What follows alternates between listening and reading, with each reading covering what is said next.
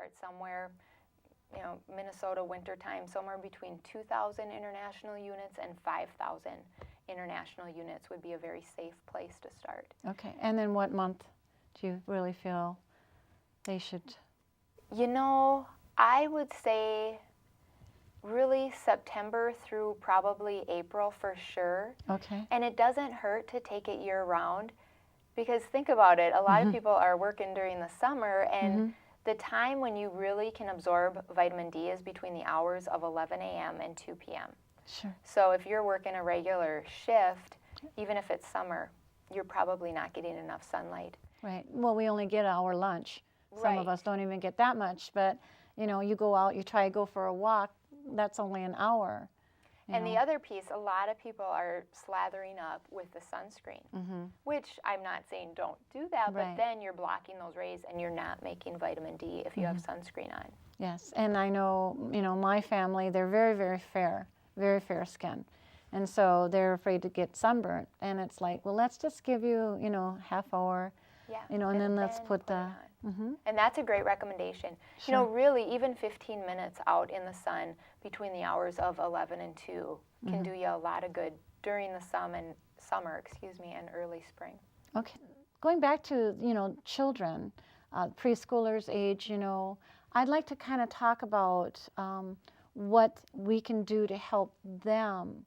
I know I pushed yogurt a lot, in that sense to help my children, and they love the flavors. We played with it a little bit, put little sparklies on top, and kind of made it a fun meal in that sense.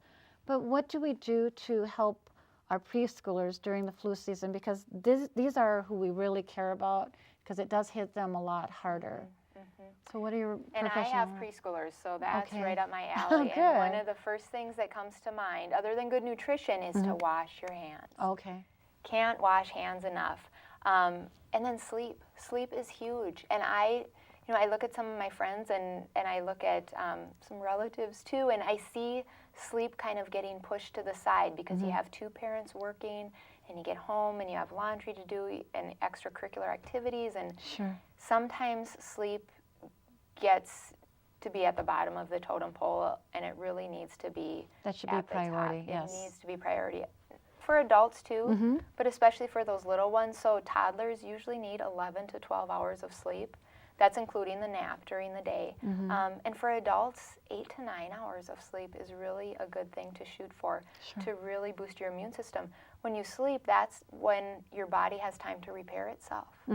So if you're running on 5 and 6 hours of sleep a night, or your kids are only getting 8 hours of sleep a night and they're preschoolers, they're never having time to fully repair themselves, and that sets them up to get sick.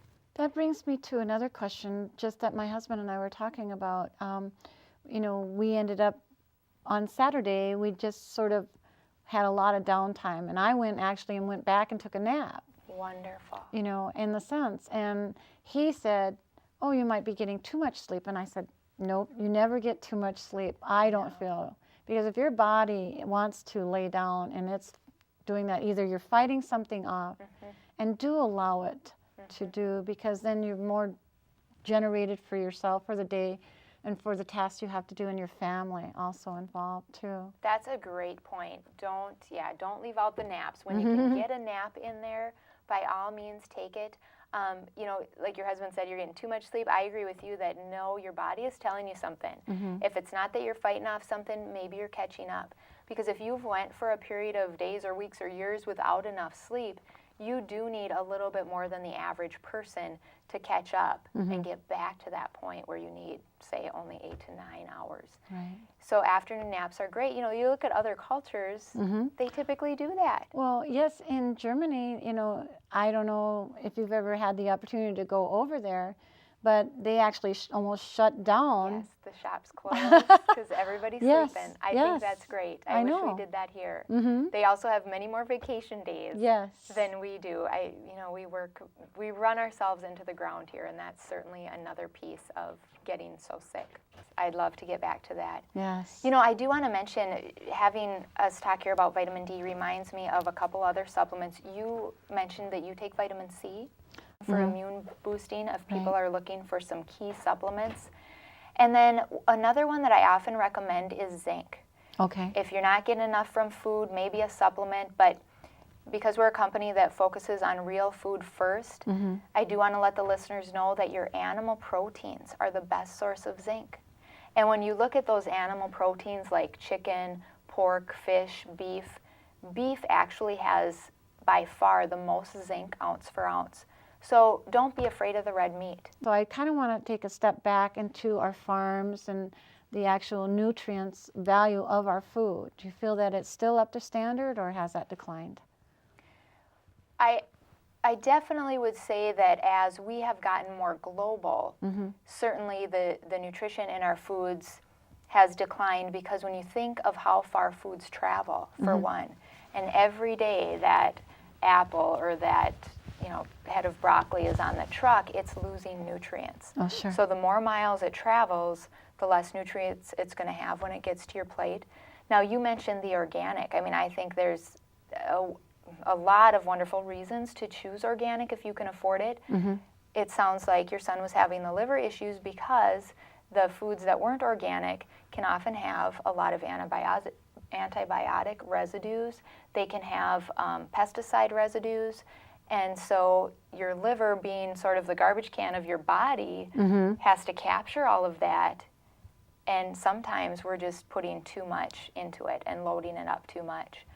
But even more so than organic, I like to talk about local when you ask the question about the nutrition of our foods, because when we can buy local, that's going to have more nutrition because it's fresh. It didn't have to travel very far to our plate.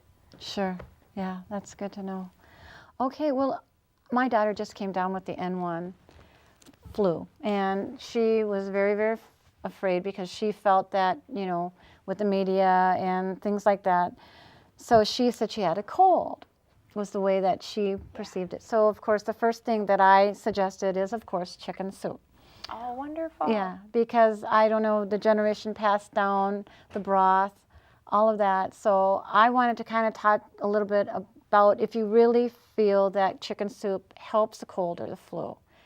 Absolutely. Some people think that's an old wives' tale, but I think it's a great thing because you mentioned the broth. That's getting liquids. Because it's a broth-based soup, you're getting extra liquids into your body, and that's always good anytime you're sick, to flush out the bad bugs. And then there's usually carrots in chicken noodle or chicken type vegetable soup, and that has a lot of vitamin A. And we didn't talk about vitamin A, but that's another immune boosting vitamin. And then I mentioned zinc a while back, and the fact that that's found in your animal proteins. So chicken soup, there's your zinc. Wow. So zinc, A, some extra fluids, I think that's a wonderful idea. And it's funny you mentioned that because on our website we have a wonderful recipe. It's one of my favorite soup recipes for chicken wild rice soup. Okay. So if you go to our website at weightandwellness.com, there's that and many other good recipes on there as well that are good for your immune system. Well, that sounds great. Well, of course, we've run out of time, so I'd like to invite you back. I would love to come back. That would be great. Okay, and we'll look forward to that. Thank you. So we've already run out of time, and thank you so much for joining us. And of course, it's been a pleasure having Cassie Wellness on our show. Thank you. Thank you. And look forward to having you view other shows of Knowledge for Wellness. So I hope we have provided you more knowledge to benefit you and your loved ones. Until next time, be well and goodbye.